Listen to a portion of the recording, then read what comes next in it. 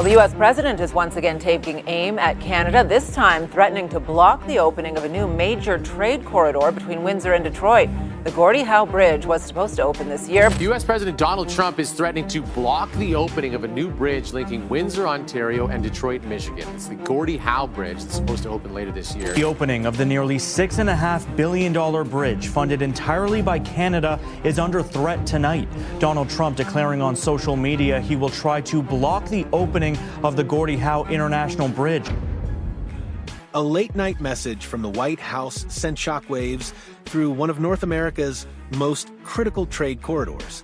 Not because of troops or tariffs at first glance, but because of a bridge spanning the Detroit River, a $6, $44 billion project connecting Windsor, Ontario, to Detroit, Michigan, and quietly moving billions of dollars in commerce every year. What followed was not a loud standoff filled with dramatic ultimatums, but a collision between political claims and documented agreements, between social media rhetoric and signed contracts, and between economic reality and campaign season pressure, leaving many questioning how a completed international crossing suddenly became leverage in a much larger dispute. The tension centered on the Gordie Howe International Bridge, a massive infrastructure project built to ease congestion and strengthen trade between Canada and the United States. Yet, the controversy that erupted had little to do with engineering and everything to do with ownership, funding, and political leverage. President Donald Trump posted on Truth Social that Canada owned both sides of the bridge and suggested the United States would need to be compensated before it opened, framing the project as another example of Canada exploiting America.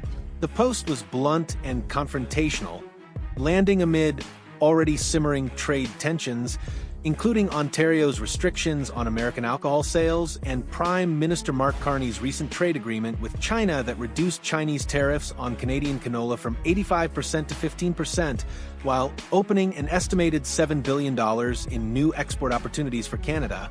Yet, the facts surrounding the bridge were never hidden in obscure documents or buried in fine print. Canada financed the entire project at a cost of roughly $6 billion, covering the bridge itself, customs plazas, highway connections, and supporting infrastructure on both sides of the border. Under a 2012 agreement negotiated between the Canadian government and the state of Michigan, Canada agreed to front construction costs, while Michigan secured joint ownership of the completed bridge. Once Canada recovers its investment through toll revenues, Michigan becomes eligible to receive 50% of the net toll proceeds going forward. That structure was negotiated openly, signed by Michigan's Republican governor at the time, Rick Snyder, and processed through formal federal channels in Washington. In 2013, the U.S. Department of State issued the required presidential permit allowing construction to proceed. In 2017, during Trump's first term, he and then Prime Minister Justin Trudeau released a joint statement describing the bridge as a vital economic link between the two nations. In December 2019, Trump signed legislation that included $15 million in U.S. customs funding for the American side of the project. The public record shows review, endorsement, and federal participation under the same administration that would later question the arrangement. That history explains why the February 9, 2026 post drew immediate responses from leaders in Michigan. Former Governor Rick Snyder published an opinion piece in the Detroit News outlining the terms of the agreement and correcting the claim that Canada owned both sides of the bridge. Snyder reminded readers that Michigan secured half ownership of a multi-billion-dollar international crossing without contributing construction funds, a deal designed to protect taxpayers while strengthening long-term trade infrastructure. Taxpayers while strengthening the state's economic position. He argued that blocking or delaying the bridge would primarily hurt Michigan businesses and workers who depend on efficient cross-border trade. Governor Gretchen Whitmer's office also responded, emphasizing that the bridge supports jobs, strengthens the auto industry, and represents rare bipartisan cooperation, financed by Canada and built by union workers from both countries. Senator Alyssa Slotkin warned that canceling or obstructing the project would carry serious consequences for Michigan's supply chains and consumers, potentially driving up costs in a region heavily dependent on manufacturing and agriculture tied to Canadian markets. Even Michigan House Speaker Matt Hall acknowledged that the existing Ambassador Bridge is privately owned by the Moran family and cautioned that retaliation or disruption could produce unintended consequences. To understand why this bridge matters so deeply, it is necessary to examine what it is replacing and complementing. The Ambassador Bridge, built in 1929, has served as the primary commercial crossing between Detroit and Windsor for nearly a century. Acquired by the Moran family in 1979, it effectively became a near monopoly for heavy truck traffic in the region, as the Detroit-Windsor Tunnel does not allow commercial trucks. For decades, nearly every 18-wheeler hauling auto parts, agricultural goods, and manufactured products across this corridor has relied on that single structure, generating more than $60 million annually in toll revenue. When plans for a publicly owned second bridge gained momentum, the Moran family opposed them aggressively, spending roughly $30 million backing a Michigan ballot initiative that would have required statewide voter approval for new international bridge construction. Voters rejected the measure by about 60%.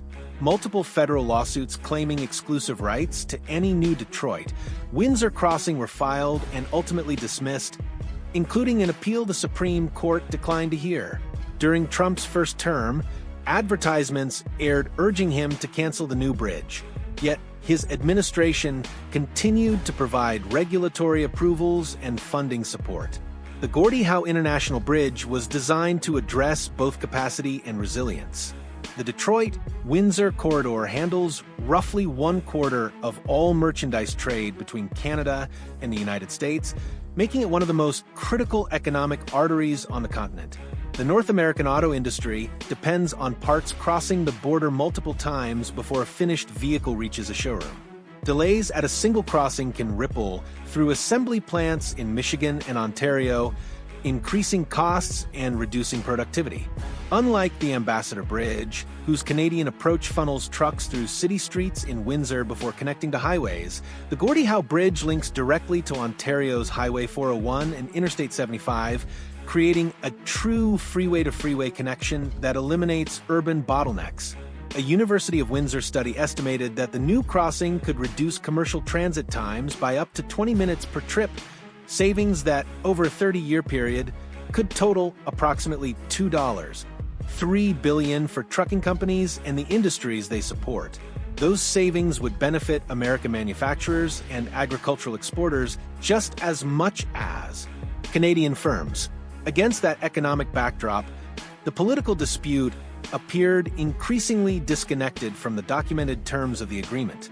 Trump's post tied the bridge to broader grievances, including Canadian dairy protections and Ontario's alcohol policies, and suggested the structure could be used as leverage in negotiations. Yet, the leverage argument ran into a practical obstacle. Michigan already holds 50% ownership under the 2012 agreement, and future toll revenues will flow to the state once Canada recovers its upfront investment. Blocking the opening would not transfer ownership or generate immediate compensation. Instead, it would delay economic benefits for Michigan and preserve the existing private monopoly across the river. Carney's response avoided escalating the confrontation. The morning after the post, he spoke directly with Trump and outlined 4 core points. Canada financed the bridge. Ownership is shared under a 2012 agreement. American and Canadian steel were used in construction, and workers from both nations built it. Speaking later to reporters on Parliament Hill, Carney described the bridge as an example of cooperation and emphasized its importance for commerce, tourism, and employment. He also indicated that he had asked U.S. Ambassador Pete Hoekstra, a Michigan native, to help maintain constructive dialogue, signaling a preference for steady communication over public sparring.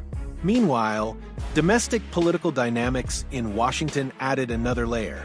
6 Republicans joined Democrats in opposing tariffs on Canada, reflecting growing discomfort within Congress over aggressive trade tactics. A Supreme Court ruling on the legality of certain tariffs was expected, injecting further uncertainty. Public opinion polling placed Trump's approval rating at 36%, with rising prices and job losses increasing pressure in key districts. In that environment, lawmakers concerned about their own re-election prospects may calculate risks differently, particularly in states like Michigan, where cross-border trade supports thousands of jobs. The bridge dispute thus became intertwined with midterm politics, tariff strategy, and broader trade negotiations. Carney's agreement with China, which sharply reduced Chinese tariffs on Canadian canola and opened billions of dollars in export opportunities, was viewed in Washington as unfriendly. Ontario's restrictions on American alcohol were cited as additional evidence of friction. The bridge, already built and nearing completion, became a symbol in a larger contest over economic leverage. Construction itself continued uninterrupted. The project employed thousands of skilled trades workers on both sides of the border, with American steel used on the Michigan side and Canadian materials incorporated across the span. Plans for a ribbon cutting in late March or early April were underway, coordinated with the Windsor-Detroit Bridge Authority and Michigan officials who viewed the opening as a milestone for regional development. Approximately 6,000 Canadians are expected to cross daily to work in Detroit once operations begin, and roughly 8,000 trucks will use the crossing each day, reinforcing the deep integration of the two economies. Throughout the back and forth, one detail remained unchanged. The ownership structure has been fixed since 2012. Michigan retains half ownership. Canada fronted construction costs and will recover them through tolls before revenue sharing begins. The U.S. government approved the required permits and contributed customs funding during Trump's first term. These facts were documented long before the February 2026 post. Political rhetoric can move faster than construction timelines. Infrastructure projects, however, are governed by contracts, permits, and financing agreements that do not shift with a single message online. The Gordie Howe International Bridge was reviewed, debated, challenged in court, defended at the ballot box, and funded across multiple administrations before reaching completion. It survived lawsuits, advertising campaigns, and lobbying efforts aimed at stopping it. It now stands ready to open as a second commercial artery across the Detroit River.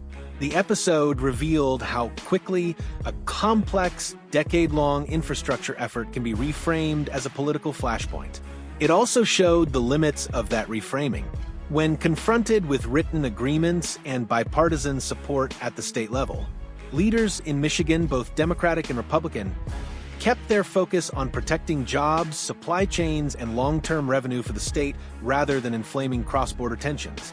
Carney anchored his response in the documented terms of the agreement, avoiding rhetoric that could escalate an already sensitive trade relationship. As the ribbon cutting approaches, the discussion shifts away from political back and forth and returns to the numbers that ultimately define what this bridge means on the ground. Every day, thousands of commuters are expected to move between Windsor and Detroit, clocking in for shifts, operating businesses, and supporting industries that depend on a smooth, reliable border crossing to function without disruption. In addition, roughly 8,000 trucks are projected to pass through the new corridor daily, carrying auto parts, agricultural products, and manufactured goods along a route designed to shave as much as 20 minutes off each commercial trip. That reduction may not sound dramatic at first glance, but multiplied across years of trade, it translates into substantial efficiency gains. Over a 30-year period, projected savings could reach approximately $2.3 billion, reinforcing industries that rely on predictable delivery schedules and resilient supply chains. Michigan will retain 50% ownership of a multi-billion-dollar international asset, despite not paying the upfront construction costs.